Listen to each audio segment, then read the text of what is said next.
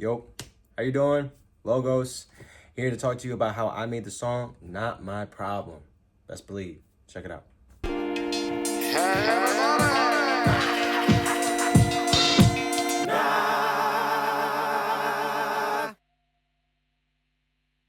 So now we're gonna talk about how I made the song Not My Problem, by me, produced by me, recorded by me, engineered by me, all that, sorry, I had to flex a little bit. It's a lot of work. Let me get some credit, you know what I mean? With this song, I didn't have any idea going into it. So many of my beats are like that, just sitting down and trying to make as many beats as possible, just trying to get better, just making different things, whatever I'm in the mood for. I didn't start out with any samples for this one. Most of this, if not all of it, except for a few sounds, obviously, and one little sample that we'll get to, it's all played and sounds from different programs. I used Analog Lab and Contact mostly. Let's start out with what I started out with, which was this sound from Contact. Not bad, right? I thought that was pretty cool, so I started out by playing this.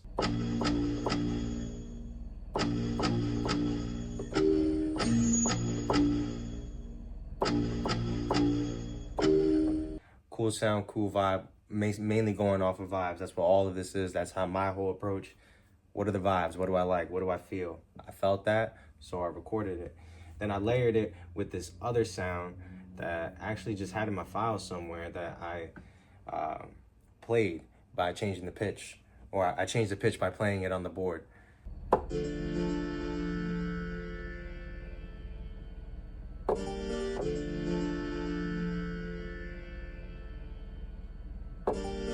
That layered on top of this.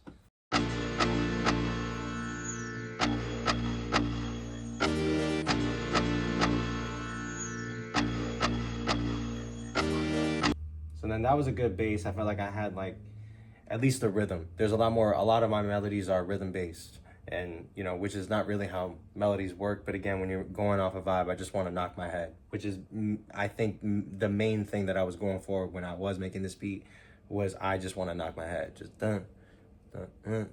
just head knocking. That's it. Then after that, I added these drums.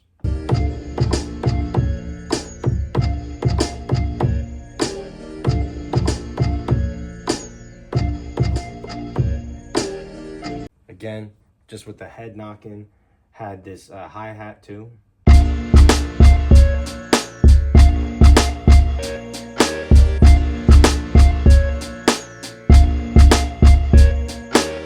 That hi-hat gave it a lot of bounce. It's actually pretty ahead of the drums, which is pretty cool. I always like having some sort of type of swing in there, something just to give it a little bit more of that pocket.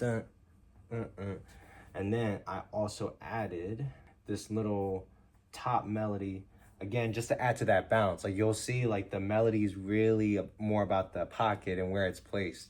I think it's really cool.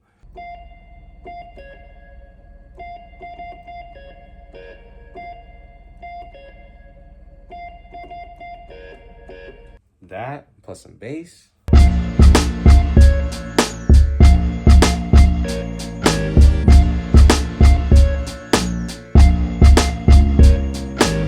The bass was mainly just going along with that main melody, that like how a lot of my basses go. I will say I did keep the bass really dry. Sometimes I like them a little bit warmer and to be supporting the mix than in the front of it. With that initial sound that I started with, there was just something frequency wise I felt like I heard that went really well with the 808 I had chose. So I left it a little bit drier and even gave it a little bit of buzz, which is what I would say is just not the proper term. Probably more like distortion or some drive, something like that.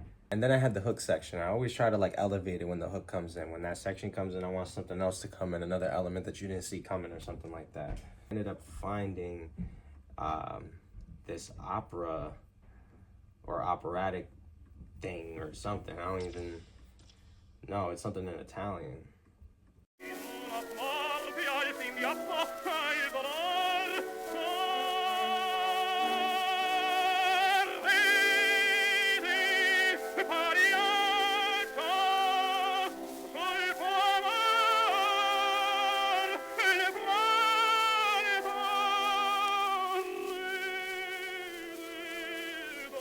Super cool. There's so many things you could do with that. I don't know why specifically I thought that would work in here, because it kind of didn't.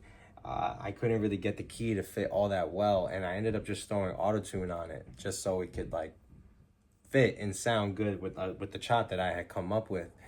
But you know, auto-tune can only do so much. It can't just like rewrite what the audio that is playing. You know, it can to an extent, but it's just like the more work that auto-tune has to do to get whatever it is you're putting into it in tune, the more you're gonna hear that effort and that pushback and that constant pull of trying to get it to like where it's supposed to be.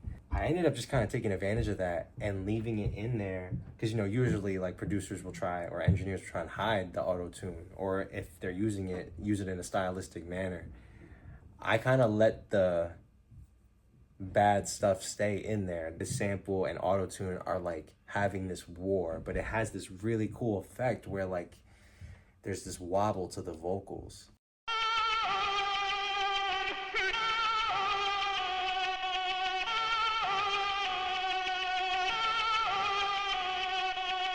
And with the rest of the beat,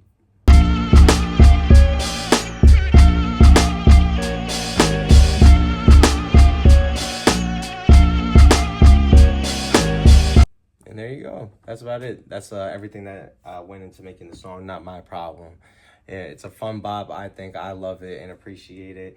It's really, you know, if you ever had a friend who's always telling you about the same issue that you've told them about 10 times over, or a loved one, or you see people that are being manipulated by certain things and being willfully ignorant and choosing to, instead of deal with whatever's going on and whatever they got going on and confronting those things, instead bottle them all up or not deal with them or push them onto you and make it your problem. While I do want to be there for people and show love to people and support people and be a good person, we all have to take care of ourselves at the end of the day. And if a person's not willing to help themselves, I can't help them. And that's basically what the song is. It's not really my problem, even if it's a little harsh. But we're not out to hurt people or hurt feelings. But we are trying to let out these feelings that we have. So with that being said, thank you so much for watching. I hope you learned something. I hope you appreciate it. And I got plenty of more coming, plenty of more songs, plenty of more breakdowns, plenty of more videos. And I'm very excited to share everything with you. It's going to be great. Best believe. Thank you. Yeah. You're not my problem. You're not my problem. You're not my problem, bitch. You're not my problem. You're not my problem. You're not my problem.